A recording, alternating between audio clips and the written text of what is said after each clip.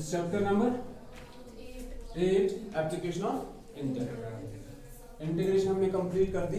अभी पढ़ना ये वाला टॉपिक। तो एप्लीकेशन ऑफ इंटीग्रल के अंदर हमने पहले दिन पढ़ा था डेफिनेशन ऑफ इंटीग्रल। इंटीग्रेशन की डेफिनेशन है इट्स इंटीग्रेशन क्या होता है? एरिया। इंटीग्रेशन किस लिए इस्तेमाल होता है? Area under the curve. Okay, तो उसकी एप्लीकेशन, अब हम एरिया निकालने जा रहे हैं। अब हमारे पास कुछ कर्व्स गिवन है, उसके नीचे हम एरिया निकालने जा रहे हैं यूजिंग इंटीग्रेशन। मगर ये पार्लर ग्रुप है स्टूडेंट में कुछ इंपॉर्टेंट इंफॉर्मेशन हमें चाहिए तब जाके, या ये चीजें ऑलरेडी आपने पढ़ी हुई है क्योंकि लॉकडाउन शायद आसन टॉपिक पर में कि जैसे लाइन है, सर्कल है, पढ़ा इनके बारे में थोड़ा। तो हम आपको पहले इनके बारे में बताते हैं। Line, circle, ellipse, parabola,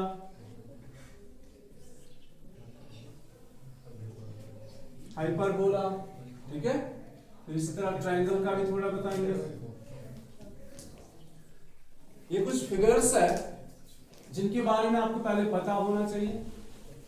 line, फिर लाइन का स्लोप, इसकी इक्वेशन, ठीक है, ये इसका स्लोप, इसकी इक्वेशन, सर्कल की इक्वेशन, एलिप्स की इक्वेशन, पैराबोला की इक्वेशन, हाइपरबोला की इक्वेशन, ट्रायंगल की इक्वेशन, और फिर इनको ड्रा कैसे करना है, ठीक है, वो सारा कुछ हम पहले पढ़ेंगे। उसके बाद हम चलेंगे क्वेश्चंस पे। पहले इनके बारे में आपको पता होना चाहिए। देखो, लाइन की बात करेंगे पहले, सबसे पहले लाइन की बात करेंगे। पहले हम इनकी इक्वेशन, इनको ड्रा कैसे करना है, क्या क्या रिक्वायरमेंट्स हैं, पहले उनकी बात करेंगे। Line, circle, ellipse, parabola, hyperbola, triangle, ये सारा कुछ हम पहले पढ़ेंगे। उसके बाद हम अपने क्वेश्चन पे चलते हैं। देखो, लाइन जो है इसका हमें सबसे पहले स्लोप पढ़ना है। स्लोप, ठीक है। Slope of A line is denoted by m. अब स्लोप क्या होता है? इंक्लाइनेशन, ठीक है। Slope is this positive direction of x axis. ये होता है पॉजिटिव डायरेक्शन, ये पॉजिटिव एक्स एक्सिस है। जब हम यहां से रोटेशन करेंगे, ठीक है, उसी को इंक्लाइनेशन बोलते हैं। जब हम रोटेशन करेंगे, से फॉर एग्जांपल मैंने यहां पे रोटेट किया ऐसे और लाइन को ऐसे ड्रा किया, इट्स नॉट नेसेसरी कि लाइन इससे ऑरिजिन से पास होगी। जरूरी है लाइन कहीं से भी पास। लाइन तो मैंने आपको बताया है, लाइन वर्टिकल होती है, हॉरिजॉन्टल होती है, स्लांटिंग होती है। क्या क्या होती है लाइन? वर्टिकल होती है, हॉरिजॉन्टल होती है और स्लांटिंग होती है। अब यहां पे इस वाली लाइन ने एक्स एक्सिस के साथ जो एंगल बनाया दैट इज थीटा, ठीक है। अब इस लाइन का स्लोप जो है that is m is equal to tan theta. तो स्लोप ऑफ लाइन क्या होता है? m is equal, अगर तो कौन सा आता है स्लोप ऑफ लाइन करूं तो अगर थीटा आसन पता है। So m is equal to tan theta is the slope of the line. Say for example, अगर यहां पे एंगल बन गया 45 डिग्री, कितना बना? 45. So tan 45, the slope of this line m is slope of the line. m is equal to tan 45. That is one. Slope आस्ते पाती slope go क्या? Meaning क्या है? Just like इस तरह पास दो मकानस, अगर इस horizontal था वो नवस तेम पर शीन तो नवस रूद मान वस क्या इस तेम slope था वो 0, ये में slope 0 शासन तेम पर शीन चीज डाला, इसीलिए हम उसका slope कुछ अच्छा according to situation आसन कित पर था वो slope। अगर ज़्यादा था वो slope शीन दर में आखरस तक, अगर कम था वो slope शीन वस वार और बोन, ठीक है। ये सारा कुछ होता है डिपेंड किस पे? स्लोप पे। सर का बेस्ट स्लोप को कुछ 45 बैलेंस है।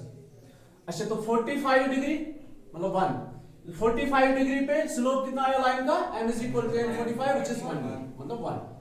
Is that clear? अगर मैं इसकी बात करूं, ये लाइन हॉरिजॉन्टल है, x एक्सिस के साथ कितना एंगल है इसका? 0. So theta is equal to 0. When theta is equal to 0, what is the slope of the line? It is tan 0, which is 0. So what is slope of horizontal line? 0. तो ना होशियार हो जाओ। What is slope of horizontal line? 0. It is 0. यहां ध्यान रखो slope of, otherwise मैं सीधे चलूंगा अपने टॉपिक पे, बाकी और पता हो इसमें मत हो, हम अपना टाइम क्यों जाया कर रहे हैं। ये लाइन है, हॉरिजॉन्टल है, इसका एंगल 0 है, तो इसका स्लोप कितना होगा 0। ओके, अभी बात करेंगे वर्टिकल लाइन की।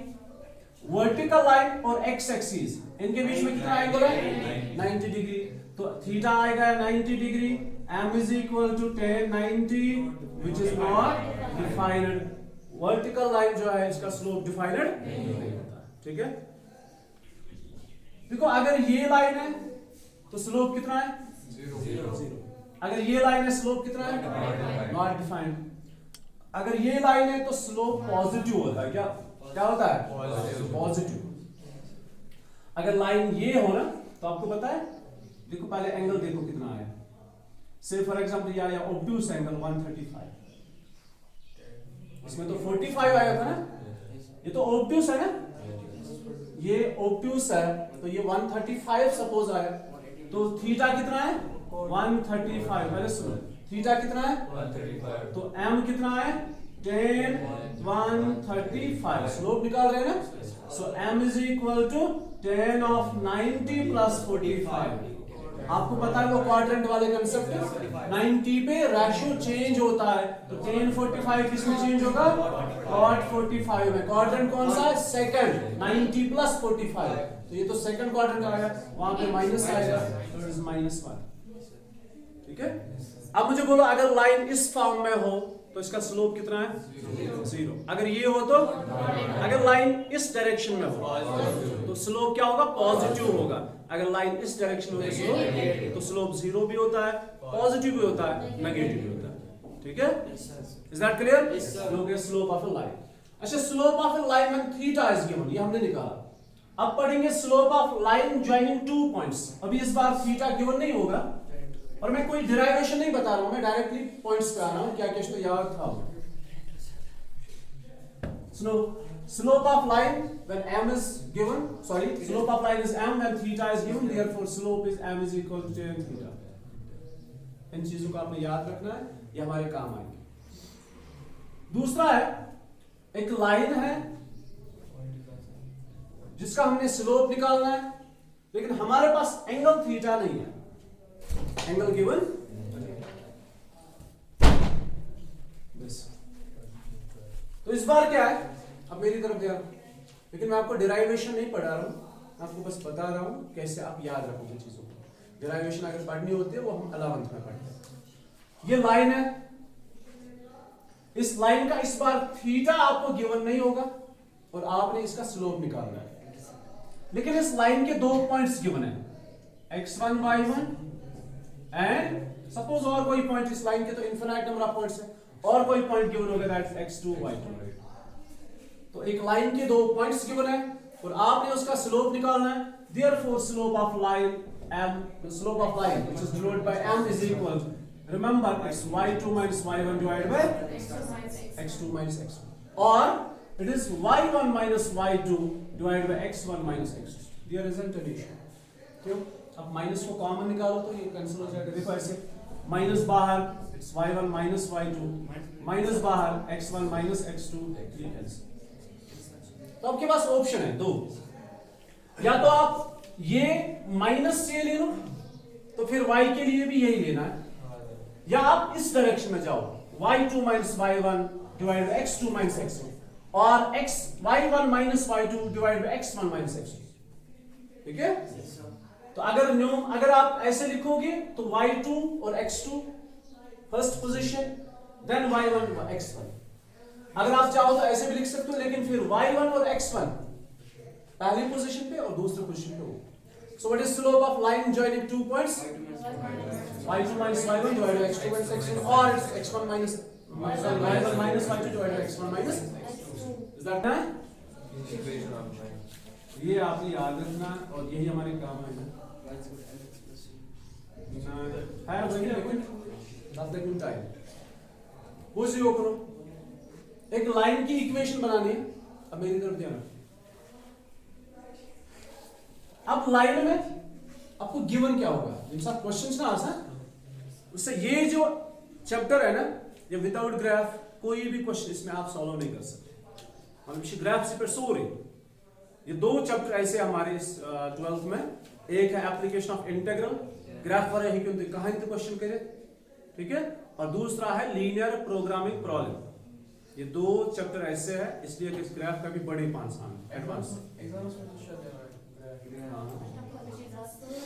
वहाँ साथ होता है ना, आंसर शीट के लास्ट पेज पे होता है।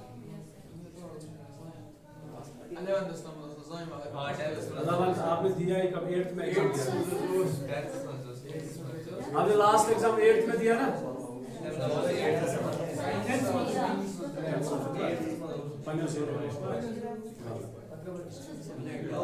वो बुझ होते।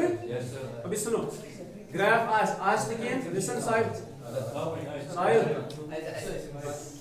देखो, ग्राफ होगा नहीं होगा, अगर ये क्वेश्चन आया आपको ग्राफ बनाना ही पड़ेगा, ठीक है, चाहे आपको खुद से बनाना पड़े स्केल पे, अदरवाइज ग्राफ आसान से शीट लास्ट पेज ही होता है वैसे, ठीक है। वो कैसा प्रॉब्लम, अब बोलो अभी क्या है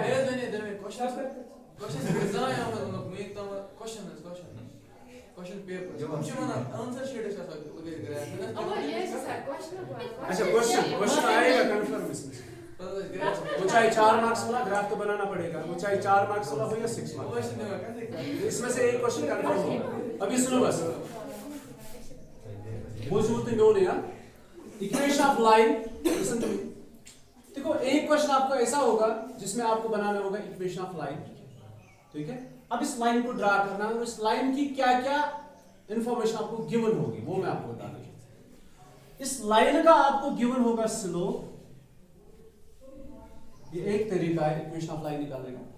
इस लाइन का आपको स्लोप गिवन होगा और एक पॉइंट गिवन होगा,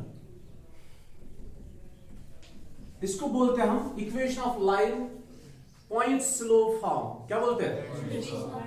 पॉइंट स्लोप फॉर्म। मतलब इस बार आपको एक पॉइंट गिवन होता है और स्लोप गिवन होता है। Is that clear? मैं आपको ऐसे बताऊंगा, से फॉर एग्जांपल ये लाइन है, इस लाइन का एक पॉइंट गिवन होगा x1 y1। जब भी कोई पॉइंट गिवन होता है हम उसकी नंबरिंग करते हैं ऐसे x1 y1, ठीक है, योग होता है। तो ये लाइन गिवन है, इस लाइन का एक पॉइंट हमें पता है, सारे पॉइंट्स नहीं पता है, वरना लाइन जो है वो कम से कम 2 पॉइंट से पास होती है, लेकिन इस बार हमें सिर्फ एक पॉइंट पता है। और इस लाइन का हमें स्लोप पता है, वो तो गिवन होगा, लाइक स्लोप होगा 2, 3, 4 और पॉइंट होगा 7, 8, -1, 9, ऐसा कोई पॉइंट गिवन होगा। तो इस लाइन का एक पॉइंट गिवन है और इसका स्लोप भी गिवन होगा। तो इस बार इक्वेशन ऑफ लाइन निकालना है हमें, तो मैं आपको बताऊंगा इक्वेशन ऑफ लाइन क्या होगा। देखो इस लाइन पे हम एक आर्बिट्री पॉइंट लेते हैं। इस लाइन पे कितने सारे पॉइंट्स हैं? इनफाइनाइट। हमारे लिए सिर्फ एक नोन पॉइंट है, that is the given point. अच्छा, rest all the points are unknown. तो उनमें से हम एक आरजी पॉइंट, एक आर्बिट्री पॉइंट चूज करते हैं। हम मानते हैं कुछ देर के लिए हमें पता है, और उस पॉइंट को हम क्या लिखते हैं? x, y। ठीक है। इक्वेशन जब भी बनानी होती है वो x और y के बगैर नहीं बनती है। इक्वेशन में वेरिएबल का होना बहुत जरूरी होता है। तो हमने एक वेरिएबल लिया, सॉरी आर्बिट्री पॉइंट लिया, दैट्स x, y। अभी बोलो क्या क्या गिवन है? हमने माना कि ये गिवन पॉइंट है, लेकिन ये हमें नहीं पता बेसिकली। हमारे पास अब 2 पॉइंट्स है और स्लोप गिवन है। अभी हमने पढ़ा था slope of line joining 2 points, m। अभी पढ़ा ना, slope of line joining 2 points is equal y2 minus y1, मतलब किसी भी दो को सब्ट्रैक्ट करो। अब हम ऐसे करेंगे y minus y1 divided by x minus x। ठीक है, समझ आया? तो अभी इसको क्या करेंगे, इसको इधर शिफ्ट करेंगे, m into x minus x1 is equal to y minus y1। ठीक है, so which gives us y is equal to, ये इधर शिफ्ट करो, it's m into x minus x1 plus y1, या आप ऐसे रखो, और it can be written as y minus y1 is equal to m into x minus x1। आप इसको ऐसे याद रखो या आप इसको ऐसे याद रखो, जैसे मर्जी। अब इसका मतलब क्या होता है, आपका क्वेश्चन होगा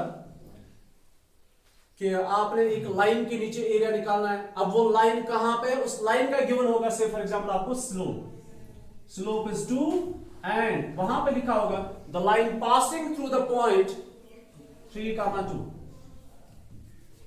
तो लाइन का आपके पास क्या क्या है, देखो आपको क्वेश्चन होगा इंटीग्रेशन का, कि इस लाइन के नीचे आप एरिया निकालो। पहले लाइन तो ड्रा करो। तो लाइन ड्रा करने के लिए हमारे पास क्या क्या गिवन है, स्लोप गिवन है और इसका एक पॉइंट गिवन है, ठीक है। अभी आपने इस लाइन की क्या निकालनी है, इक्वेशन। Is that clear? तो उस लाइन की इक्वेशन या उस लाइन का पॉइंट, क्या इस पॉइंट से तो आपको ही दे यदि तुम ब्याह पॉइंट करियो ना तिले है कि तो लाइन ड्रा करे। देखो मेन का अंडरस्टैंड नहीं समझा, मैं आपको बताऊंगा ऐसे। देखो मान लो ये क्वेश्चन आपके साथ पास है, आपने इस क्वेश्चन में इंटीग्रेशन में मतलब एरिया निकालना है, तो इस लाइन को पहले ड्रा करना है। इस लाइन को कहां पे हम ड्रा करेंगे, स्लोप के लिए कोई मेजरमेंट नहीं होता है क्या, स्लोप के लिए कोई मेजरमेंट है कि आप इतना ऐसे लाइन डालो इतनी टेढ़ी, नहीं, उसके लिए एंगल का होना जरूरी है। एंगल तो है नहीं हमारे पास, स्लोप क्यों है। अब उस लाइन को क्वेश्चन में ड्रा कैसे करेंगे, पहले उस लाइन की इक्वेशन बनाएंगे। जब उस लाइन की देखो, अगर हमारे पास ये है, ये कहता है कि ये जो लाइन है ये कहां से पास हो रही है, 3, 2, 1, 2, 3, 3, 2, ये लाइन यहां से पास होती है। अब इस पॉइंट से कितनी सारी लाइंस पास होती है, इनफाइनाइट नंबर ऑफ लाइंस।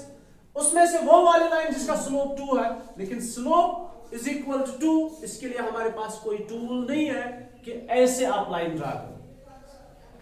मेरी बात को समझ रहे हैं? चलो स्लोप गिवन है, लेकिन स्लोप इज इक्वल टू हमारे पास ये कंपास से ड्रा नहीं होता, ये प्रोटेक्टर से ड्रा नहीं होता है। इसके लिए हम क्या करेंगे, हम पहले इक्वेशन ऑफ लाइन ही बनाएंगे, फिर उसमें से और एक पॉइंट निकालेंगे, फिर जाके हम लाइन को ड्रा करेंगे। तो equation of line when slope is given and a point is given is y minus y1, it's 2, ये ना y minus y1, तो y minus 2 is equal to m is slope into x into m into x minus x1। तो m2 है, x तो arbitrary होता है, minus x1 is 3, इसको आप करो solve. y minus 2 is equal to 2x minus 6, it is y is equal to 2x minus 6 plus 2 is minus 4। तो ये बन गई इक्वेशन ऑफ लाइन। एक पॉइंट गिवन है, अब चाहो तो कितने सारे पॉइंट्स भी आप निकाल सकते हो, ठीक है।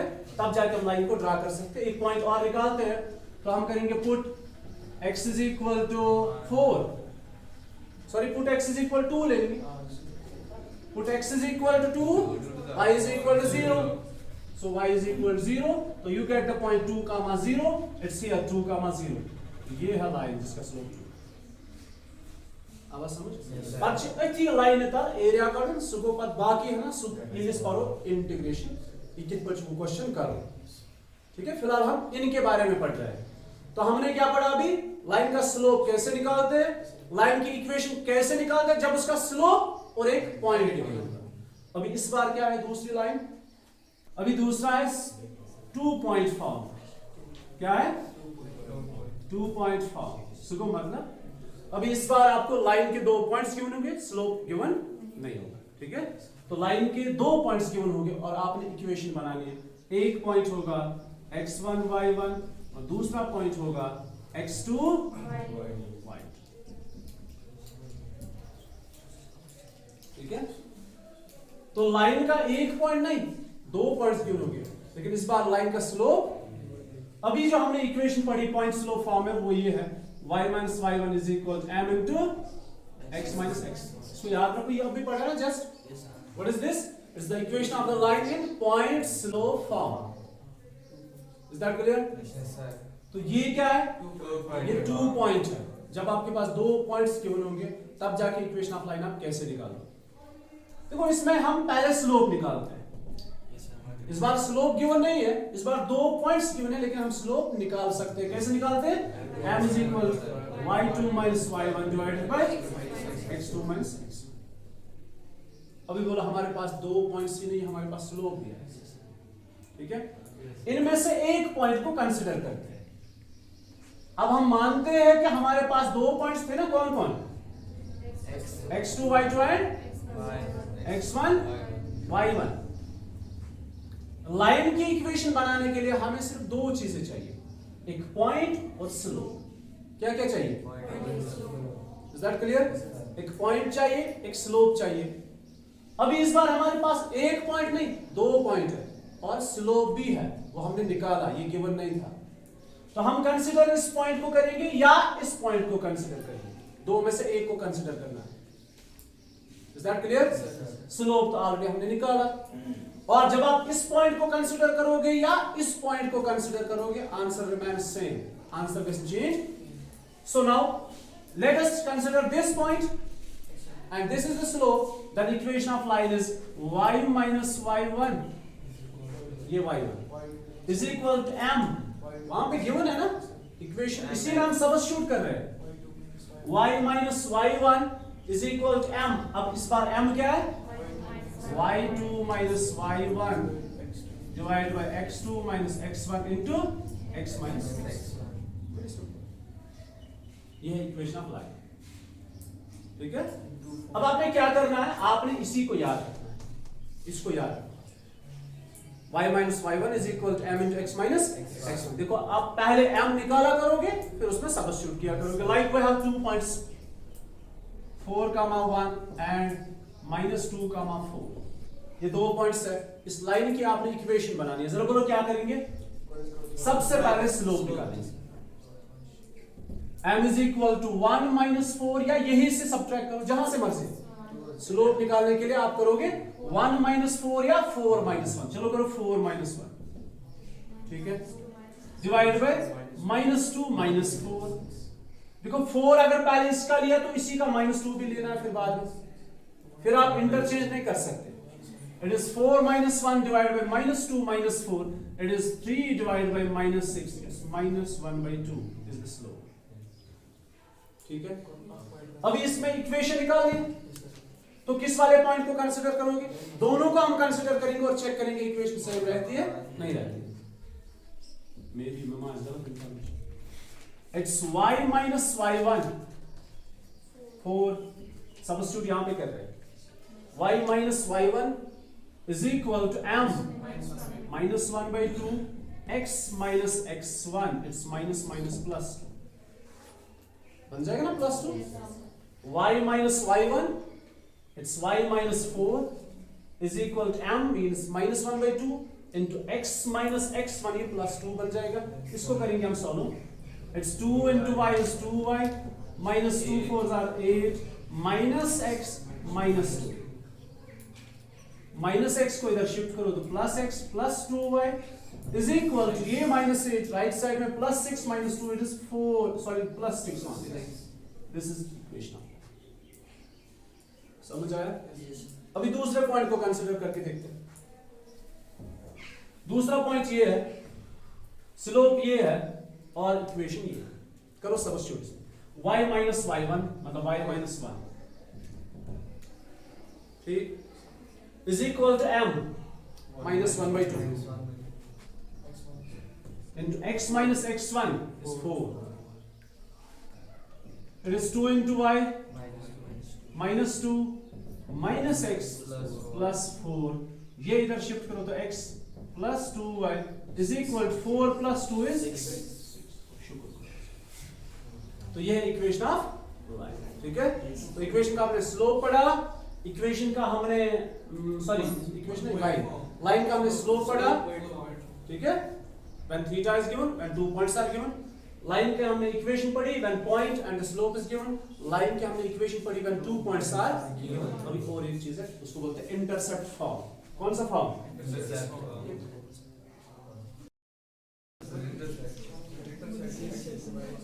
याद बनाना चाहिए, स्लोप इंटरसेप्ट फॉर्म। क्या बना है?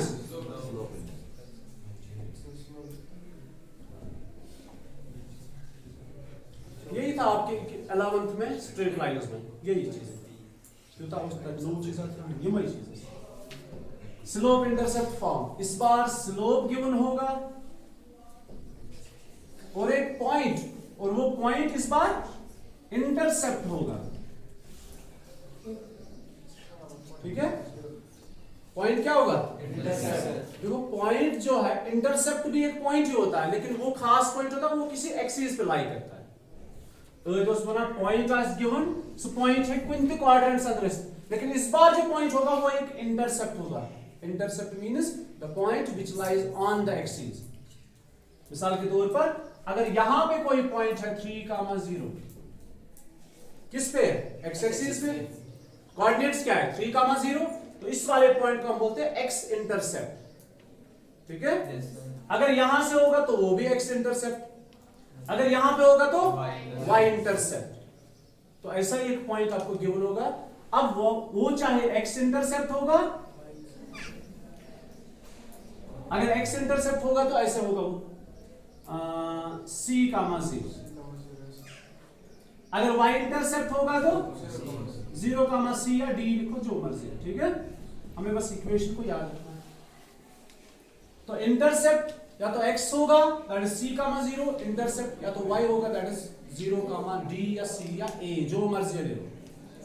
तो अभी आपके पास स्लोप भी गिवन है, एक पॉइंट भी गिवन है. अब चाहे वो पॉइंट्स इंटरसेप्ट ही क्यों ना हो, तो हम इक्वेशन निकालेंगे.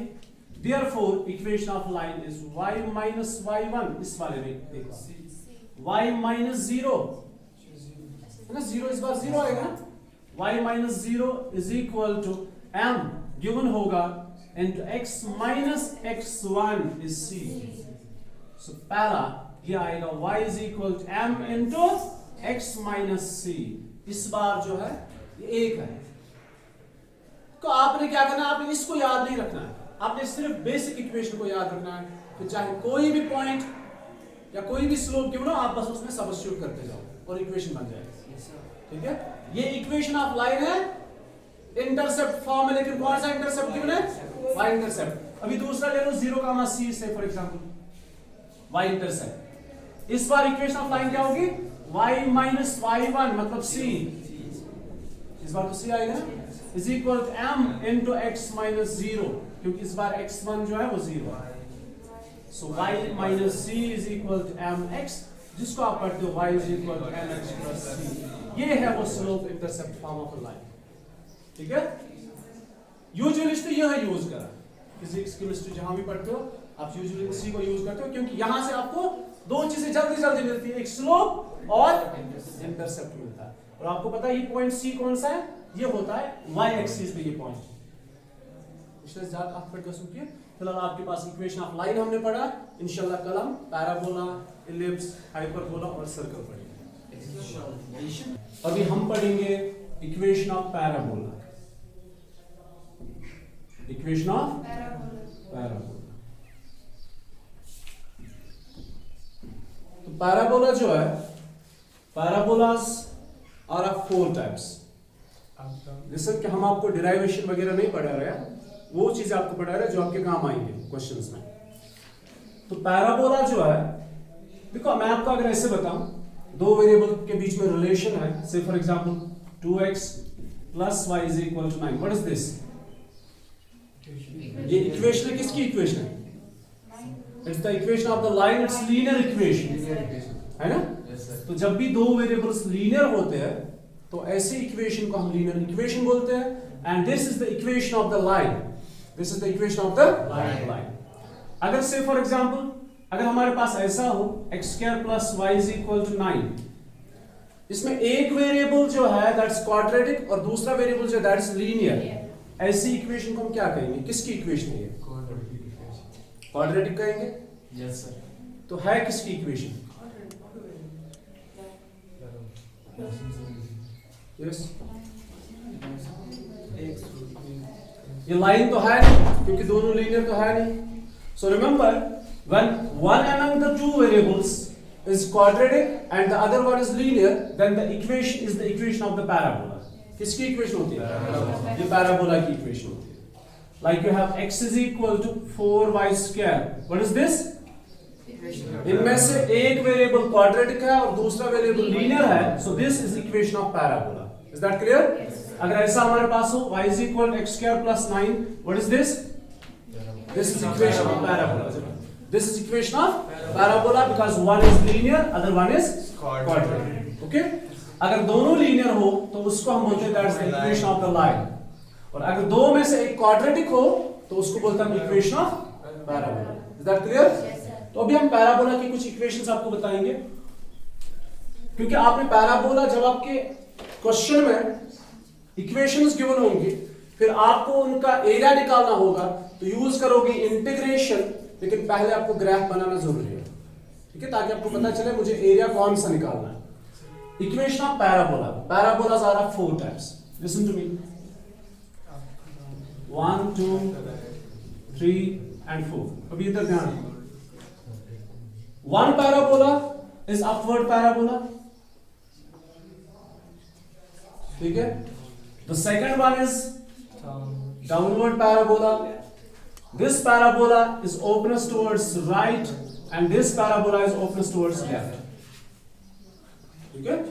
देखो आपके पास इक्वेशन गिवन होगी क्वेश्चन में, आपने फिर ग्राफ ड्रा करना होगा, तो इनमें से कोई एक पैराबोला होगा, फिर आपको वो चीजें समझनी है कि मैं किस पैराबोला को कैसे ड्रा करूं, ठीक है।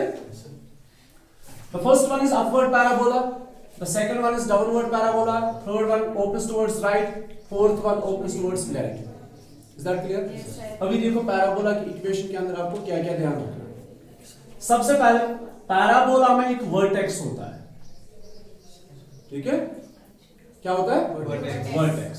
तो ये है vertex, the point of intersection of this axis and this point, मतलब this is known as vertex, जहां पे ये बेंड करता है, ठीक है, उसको वर्टेक्स बोलते हैं। This is vertex here, this is vertex and this is vertex.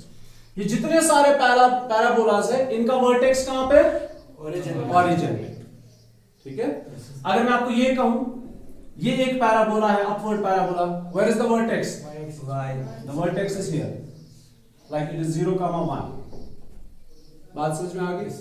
अगर ये एक पैराबोला है, where is the vertex? Suppose it is -2,0, suppose, ठीक है। तो ये होता है वर्टेक्स, ये पहली बात। दूसरी बात, पैराबोला की एक्सिस इसको कहते हैं, जो पैराबोला से पास होती है, ठीक है। जो पैराबोला के इंटीरियर साइड एक एक्सिस होती है, ये वाली, इसको हम एक्सिस ऑफ द पैराबोला कहते हैं। तो क्या क्या आ गया? वर्टेक्स आ गया और एक्सिस ऑफ पैराबोला आ गया। Is that clear? और इसमें फोकस भी होता है, फोकल लेंथ, फोकस, उसकी आपको यहां पे जरूरत नहीं पड़ेगी, लेकिन फिर भी मैं बताऊंगा। फोकस यहां इस साइड होता है, जो इंटीरियर साइड है ना, तो यहां पे फोकस होता है। तो फोकस की अपनी एक डेफिनेशन है, उसकी आपको इस चैप्टर में कोई जरूरत नहीं पड़ेगी। बस आपने दो चीजों पे ध्यान रखना है, कहीं ना कहीं किसी ना किसी तरीके से आपको ग्राफ बनाना है बस। तो उसके लिए आपको दो चीजों को समझना बहुत जरूरी है, एक वर्टेक्स और एक्सिस। You got it? और आपके सारे पैराबोलास, मतलब मिशपासा, अगर पैराबोला के रिलेटेड 10 क्वेश्चन होंगे, तो 10 में से 9 क्वेश्चंस लगभग ऐसे होंगे जिनमें वर्टेक्स ओरिजिन ही होगा। आपको पता है वर्टेक्स ओरिजिन ही क्यों है, वो हम आपको पहले इक्वेशन बताएंगे, इक्वेशन कैसे होगी इनकी, पहले मैं आपको वही बताऊंगा। देखो, अगर आपके पास से for example x² is equal to y या x² is equal to -8y या y² is equal to 2x है और y² is equal to 4x, से फॉर एग्जांपल ये कितने पैराबोलास मैंने लिखे? इनमें मैंने क्या रखा? x क्वाड्रेटिक रखा 2 बार, और उसमें से y का कोएफिशिएंट पॉजिटिव और नेगेटिव रखा, ठीक है। y² क्वाड्रेटिक रखा और उसमें से x का कोएफिशिएंट एक बार पॉजिटिव रखा, दूसरी बार नेगेटिव रखा, और यही 4 पैराबोलास ये है, ठीक है। कैसे अंडरस्टैंड किया? सबसे पहली बात, वर्टेक्स। वर्टेक्स मींस जब आप इसमें से फॉर एग्जांपल x का वैल्यू या y का वैल्यू 0 सब्स्टिट्यूट करोगे, या x का वैल्यू सब्स्टिट्यूट करो 0। अगर आपने x का वैल्यू पुट किया एज 0, तो y का वैल्यू, अगर आपने y का वैल्यू पुट किया एज 0, तो x का वैल्यू कितना आएगा? 0, ठीक है। तो इस पैराबोला का एक सॉल्यूशन, एक पॉइंट कौन है? 0 0। Is that clear? समझ आओ? अगर मैं से फॉर एग्जांपल x का वैल्यू 1 पुट करूं, तो y का वैल्यू क्या आएगा? 1। अगर मैं x का वैल्यू -1 पुट करूं, तो y का वैल्यू क्या आएगा? 1, ठीक है। बात समझ में आ रही है? तो मैंने x का वैल्यू क्या पुट किया 1, y का वैल्यू क्या आया 1। तो एक पॉइंट आया 0 0, दूसरा पॉइंट आया 1 1 और तीसरा पॉइंट आया -1, किसकी बात कर रहे हम पहले इक्वेशन। ठीक है, तो आप देखो x का वैल्यू 1 ले लो तो y का वैल्यू 1, x का वैल्यू -1 तो y का वैल्यू फिर से 1। Is that clear? तो कितने पॉइंट्स है 3 पॉइंट्स, एक 0 0, दूसरा 1 1 एंड तीसरा -1 1। क्लियर? अब बताओ आप खुद ही इन 3 पॉइंट्स को ज्वाइन करने के बाद पैराबोला राइट साइड बनेगा, लेफ्ट बनेगा, डाउनवर्ड बनेगा कि अपवर्ड बनेगा? दैट्स अपवर्ड पैराबोला, ये बन जाएगा पैराबोला। ठीक है, बात समझ में आ गई? पहली बात ये, अगर मैं यही चीजें इसमें सब्स्टिट्यूट करूं, ठीक है, तो अगर मैं x का वैल्यू से for example x square is equal to -y, x square is equal -y, तो अगर मैं x का वैल्यू 1 पुट, अगर मैं x का वैल्यू 0 पुट करूं तो y का वैल्यू क्या आएगा 0, तो इसका भी एक पॉइंट 0 0 होगा। और अगर मैं x का वैल्यू 1 पुट करूं तो x स्क्वायर तो 1 बन जाएगा लेकिन y का वैल्यू -1 आएगा। और अगर मैं x का वैल्यू -1 पुट करूं, वो पॉजिटिव तो बन जाएगा लेकिन इस माइनस की वजह से वो फिर से नेगेटिव बन जाएगा। तो इसमें से कौन कौन पॉइंट है, एक 0 0 और -1 और -1 इन पॉइंट्स को देखते हैं कहां पे आ जाएंगे। एक आ गया 0 0, दूसरा आ गया 1 1 तो यहां पे, और तीसरा आ गया -1 तो यहां पे। तो ये ज्वाइन करने के बाद पैराबोला कौन सा बनेगा, डाउनवर्ड पैराबोला बनेगा। ठीक है, अब इन दो को हम साइड में लेकर जाते हैं। एक हमने पढ़ा था x square is equal to y और it can be written as y is equal to x square. तो लीनियर को आप कहां पे रखा करोगे, in most of the case आप लीनियर को लेफ्ट साइड पे रखा करोगे। ठीक है, और second x square is equal to -y और it can be written as y is equal to -x square, y is equal to. तो इन पे हम ऑब्जर्वेशन करते हैं कौन सा पैराबोला कैसे बनेगा और उसका वर्टेक्स और उसकी एक्सिस क्या होगा। ठीक है, अगर आपको ये चीज आता है इक्वेशन देख के कि पैराबोला कौन सा चारों में बनेगा, फिर जाके आप इजीली इंटीग्रेशन कर सकते हैं। तो हम आपको बताएंगे क्या करना है। Basically the standard equation of parabolas are y is equal to 4ax square, y is equal to 4 minus times 4ax square, है ना। ए पे फोकस होता है लेकिन फोकस का हम ज्यादा ध्यान नहीं कर रहे। तो दूसरा है y x is equal to 4ay square and x is equal to -4ay square। ठीक है, ये चार पैराबोलास हम कैसे ड्रा करेंगे मैं आपको बताऊंगा। Now listen, when x square is quadratic and y is linear, ठीक है, आपने अभी देखा इसका पैराबोला कैसे बन रहा है, अपवर्ड बन रहा है। इसका कैसे बन रहा है, तो अपवर्ड या डाउनवर्ड कब बनते हैं, जो लीनियर, जब लीनियर y एक्सिस हो। ठीक है, क्या आना समझ अवश्य बोझ दो। आप एक दो चीजों का ध्यान रखना कि वर्टेक्स कहां पे होगा और एक्सिस ऑफ द पैराबोला क्या होगा। अभी इसके लिए आप ध्यान रखो क्या करना। एक पैराबोला जब हम ड्रा करने जा रहे हैं, आपके पास ये चार इक्वेशन है, एक ही जगह कोई वैल्यू होगा, 4 2s are 8, 4 1s are 4, 4 3s are 12। ठीक है, तो एक ही जगह कोई वैल्यू होगा। अब ये जनरल इक्वेशन हम इसमें हम लिखते हैं, वरना एक ही जगह कोई वैल्यू ही होता है। अभी देखो क्या ध्यान रखना है। सबसे पहले लेफ्ट साइड से एक टर्म है, राइट साइड से एक टर्म है। ठीक है, तो अगर मैं x का वैल्यू 0 ले लूं, y का वैल्यू क्या आएगा 0। ये पहला पॉइंट होता है। अगर आप x का वैल्यू 0 ले लोगे तो y का वैल्यू भी क्या आएगा 0 आएगा। Is that clear? इसका मतलब ये कि इस पैराबोला का एक पॉइंट 0 0 होगा, मतलब इसका जो वर्टेक्स है दैट्स ऑरिजिन। अब पैराबोला इसको जरूर टच करेगा, चाहे वो अपवर्ड जाएगा, चाहे वो डाउनवर्ड जाएगा, चाहे वो राइट जाएगा, चाहे वो लेफ्ट जाएगा। You got it? अगर मिसाल के तौर पर आपके पास ऐसा हो, क्या ये पैराबोला का भी वर्टेक्स ऑरिजिन होगा? नहीं, आप 0 0 चेक करके देखो, x का वैल्यू 0 दे दो, y का वैल्यू, तो ऐसे पैराबोला जो है इसका वर्टेक्स जो है ऑरिजिन नहीं होगा। You got my point? तो ये हो गया। अब इस वाले पैराबोला का एक पॉइंट ऑरिजिन होगा, मतलब वर्टेक्स तो ऑरिजिन पे ही होगा, ये ऑरिजिन को जरूर टच करेगा। पहला पॉइंट आया समझ? दूसरा पॉइंट, इसमें आप लीनियर देखो, लीनियर कौन है? लीनियर इज y, तो axis of the parabola is y axis. नहीं समझे? पहली बात, वर्टेक्स इज द ऑरिजिन, क्योंकि 0 0 इस इक्वेशन को सेटिस्फाई कर रहा है। अब पैराबोला इसको पास करके जरूर जाएगा, अपवर्ड, डाउनवर्ड, राइट, लेफ्ट, जहां से भी जाना होगा, लेकिन इसको पास करके जाएगा। किसको? ऑरिजिन। और एक बात, अब इसमें से लीनियर वेरिएबल कौन है? तो एक्सिस ऑफ द पैराबोला ढूंढने के लिए आप किसको देखोगे? लीनियर को। तो y इज द लीनियर, ठीक? So axis of parabola is this y axis. Is that clear? इसको बोलते हैं एक्सिस ऑफ पैराबोला, मतलब ये पैराबोला के बीच में आ जाएगा। अगर मैं पैराबोला ऐसे ड्रा करूं तो ये तो बीच में नहीं आया, ठीक है? फिर तो पैराबोला अपवर्ड या डाउनवर्ड होगा। अब अपवर्ड या पैराबोला या डाउनवर्ड होगा, वो कैसे पता चलेगा?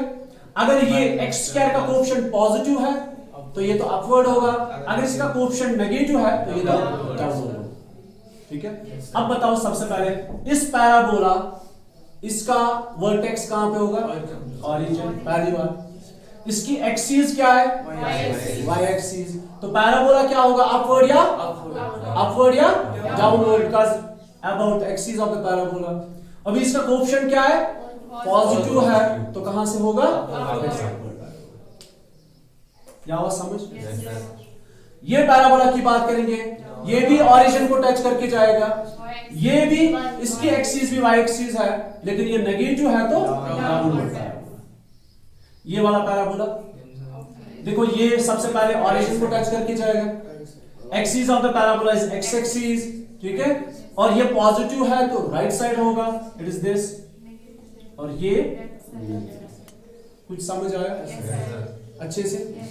और अगर आपके पास ये वाला पैराबोला है, like this, you have this parabola, ये तो होगा नहीं, अगर होगा तो एक क्वेश्चन शायद ऐसा है जिसमें ये ऑरिजिन को टच करके नहीं जाता है। y is equal x square plus 2, सबसे पहले आपने वर्टेक्स ढूंढना है, फिर जाके अपवर्ड, डाउनवर्ड, राइट और लेफ्ट ढूंढना है। तो उसके लिए आप जो क्वाड्रेटिक है उसका वैल्यू 0 ले लो, मतलब x का वैल्यू 0 ले लो, y का वैल्यू कितना आएगा? 2 आएगा। The value of y is 2, so where is the vertex? 0, 2, यहां पे। एक्सिस ऑफ द पैराबोला क्या है? y axis. अब या तो ये अपवर्ड होगा या डाउनवर्ड होगा। x स्क्वायर का कोएफिशिएंट कितना है? पॉजिटिव है, तो ये तो अपवर्ड ही होगा, ठीक? अब सपोज करो it's minus y is equal to x square, ये वाला पैराबोला ड्रा करना है, तो सबसे पहले वर्टेक्स कहां पे होगा? ऑरिजिन। x का वैल्यू 0 ले लो, y का वैल्यू भी 0 ही आएगा कि -0 आएगा? 0 ही आएगा। तो इसका भी वर्टेक्स कहां पे? ऑरिजिन पे। अब इसमें से एक्सिस ऑफ द पैराबोला क्या है?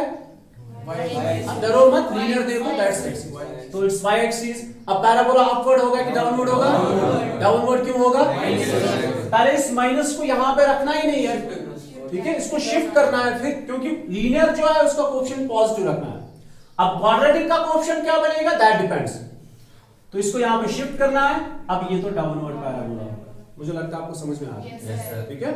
तो अगर आपके पास दो वेरिएबल के बीच में एक रिलेशन हो, x और y के बीच में, अगर दो में से एक लीनियर है, एक क्वाड्रेटिक है, उसको हम बोलते हैं the equation of the parabola. किसकी equation? The equation of the parabola. Parabola कितने टाइप्स के होते हैं? 4 टाइप्स के, ठीक है? Upward, downward, right and left. अब पैराबोला में क्या दो इंपॉर्टेंट चीज है? Vertex and axis of the parabola, जिससे आप पैराबोला को ड्रा कर पाओगे। वर्टेक्स जब आप सब्स्टिट्यूट करोगे 0 और 0, अगर उसको सेटिस्फाई करता है तो ऑरिजिन उसका वर्टेक्स होगा, अगर नहीं तो फिर कोई और पॉइंट होगा। उसके बाद आपने किस पे फोकस करना है? एक्सिस ऑफ द पैराबोला पे, ठीक है? तो एक्सिस ऑफ द पैराबोला होता है जो लीनियर वेरिएबल होता है, वो होता है axis of the parabola. That depends कि अब वो राइट जाएगा, लेफ्ट जाएगा, अप जाएगा कि डाउन जाएगा। Is that clear? आवाज समझ पैराबोला से?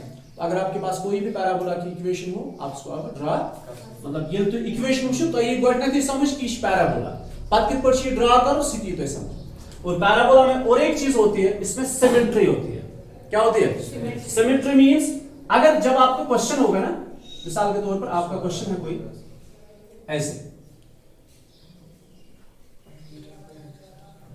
ठीक है, आपके पास क्वेश्चन है y is equal to X square. अब आपने पैराबोला को ड्रा किया, अब आपका क्वेश्चन होगा वहां पे find the area under the curve. Curve कौन सी है? पैराबोला ही है। इसके नीचे देखो एरिया कैसे निकालते हैं, वो इंशाल्लाह कल वाले टॉपिक में आपको पता चलेगा। ये पैराबोला है, इसके नीचे एरिया निकालना है ऑन द एक्सिस। किस एक्सिस पे? एक्स एक्सिस पे। वो लिख के होगा किस एक्सिस पे आपको एरिया निकालना है। तो हमें फिलहाल एक्स एक्सिस पे और इस कर्व के नीचे जितना एरिया है -5 से लेकर 5 तक, वो आपने वो एरिया निकालना है। मतलब यहां से लेकर यहां तक जितना एरिया ही आपको निकालना है, ठीक है।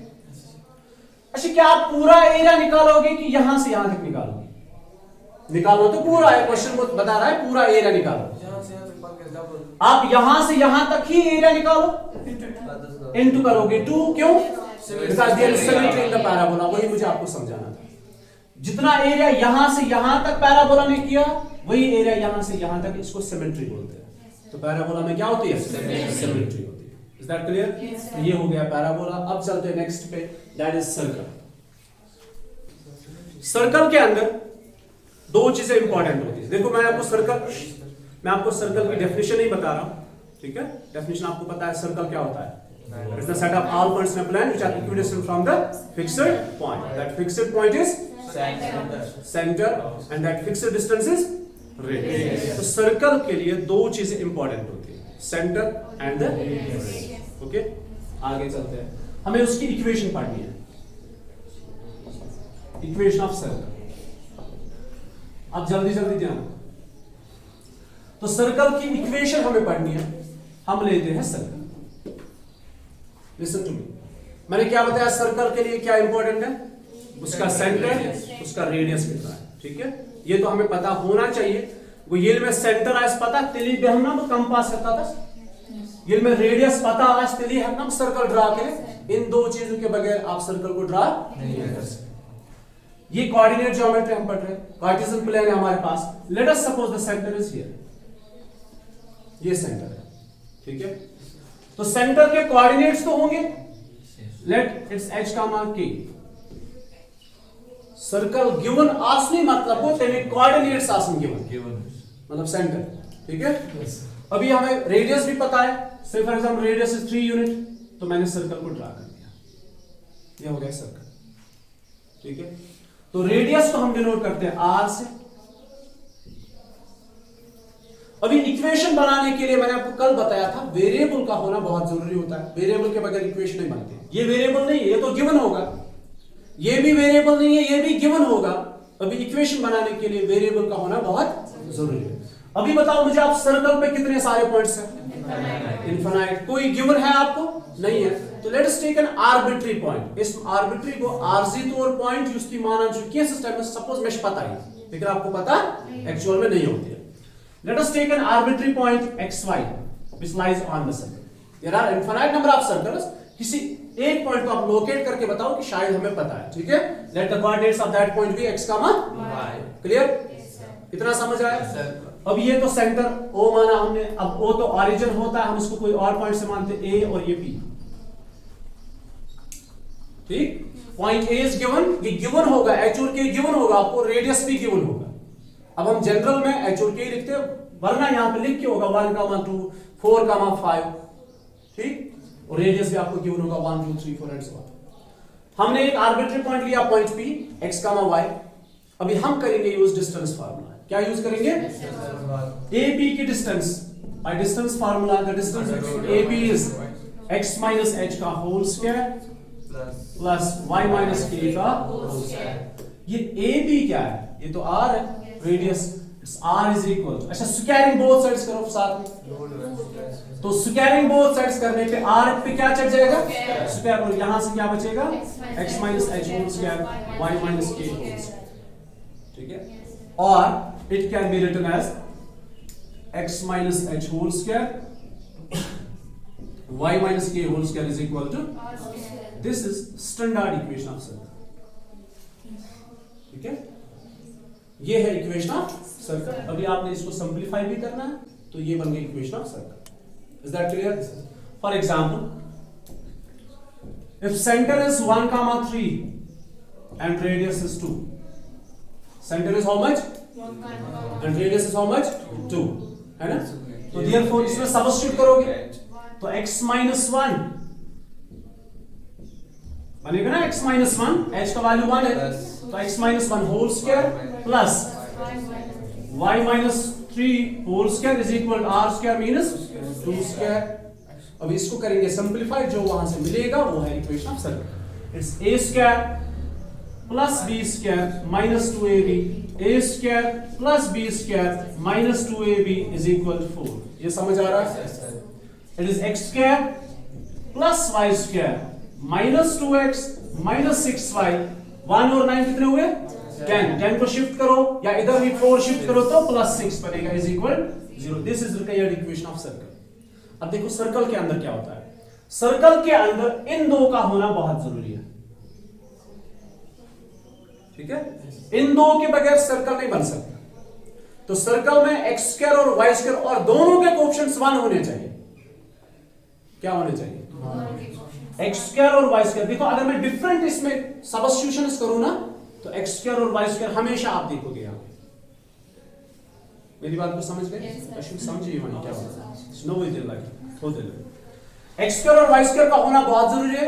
लाइक लीनियर इक्वेशन आपने पढ़ा, लीनियर और क्वाड्रेटिक देखा आपने अभी पैराबोला, उसमें एक लीनियर एक क्वाड्रेटिक होना बहुत जरूरी है। और सर्कल के अंदर इन दो का होना बहुत जरूरी है। ये एडिशनल है, ये कभी हो भी सकते हैं, कभी नहीं भी हो सकते, ठीक है? अच्छा अंडरस्टैंड कैसा? अभी और एक सब्स्टिट्यूशन करते हैं इसमें। अच्छा मुझे बताओ सेंटर के क्या क्या ऑप्शंस है? सेंटर कहां कहां पे हो सकता है? सेंटर यहां भी हो सकता है, सेकंड क्वाड्रेंट में हो सकता है, थर्ड क्वाड्रेंट में हो सकता है, फोर्थ क्वाड्रेंट में हो सकता है, एक्सिस पे हो सकता है और ऑरिजिन भी हो सकता है, ठीक है?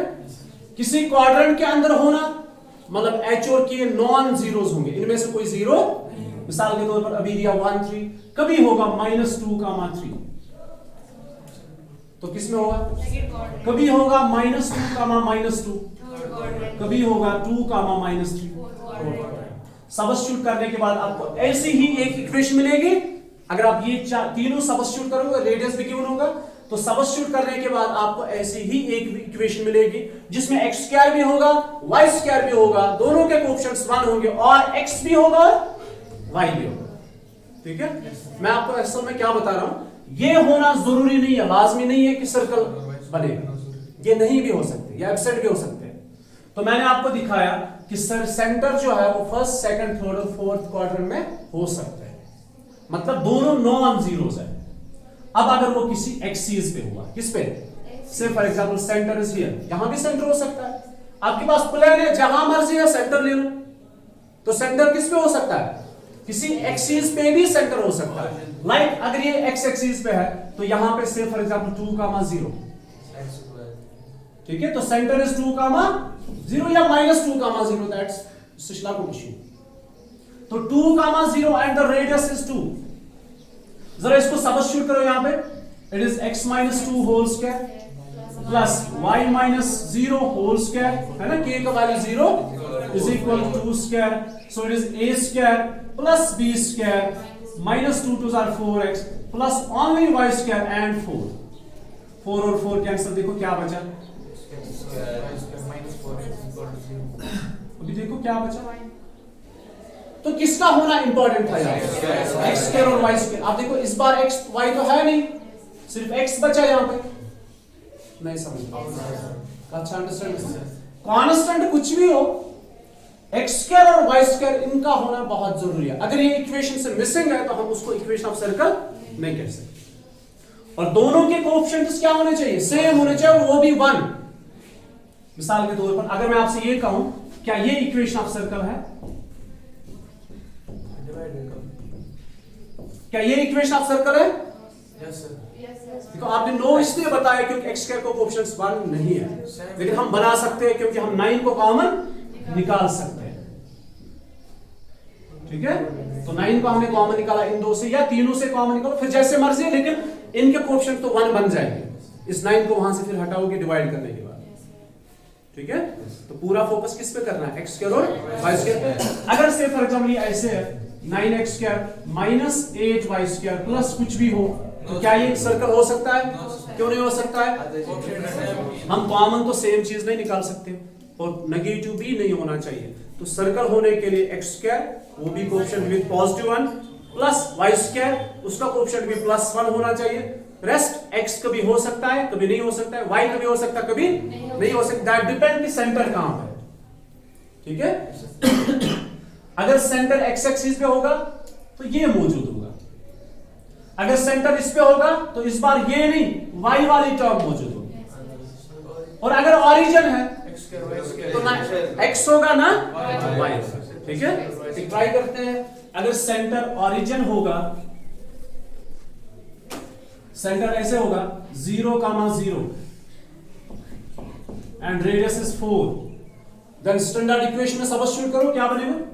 x माइनस एच का whole square plus y minus k का whole square is equal to r square. It is x square only, it's y square only, it's 16. This is required equation of circle. क्या इस बार x कोई मौजूद है? क्या इस बार कोई y मौजूद है? इस बार तो सिर्फ वही x स्क्वायर और y स्क्वायर मौजूद है, और वो भी विद पॉजिटिव कोएफिशिएंट्स एंड 1। तो ये बन गई इक्वेशन ऑफ सर्कल। क्लियर? तो क्वेश्चन को देखने के बाद आप इक्वेशन को जब देखोगे आपको खुद पता चलेगा हम किसकी बात कर रहे हैं, हम पैराबोला की बात कर रहे हैं, सर्कल की बात कर रहे हैं, या किसी और इक्वेशन की बात कर रहे हैं। अभी बच्चे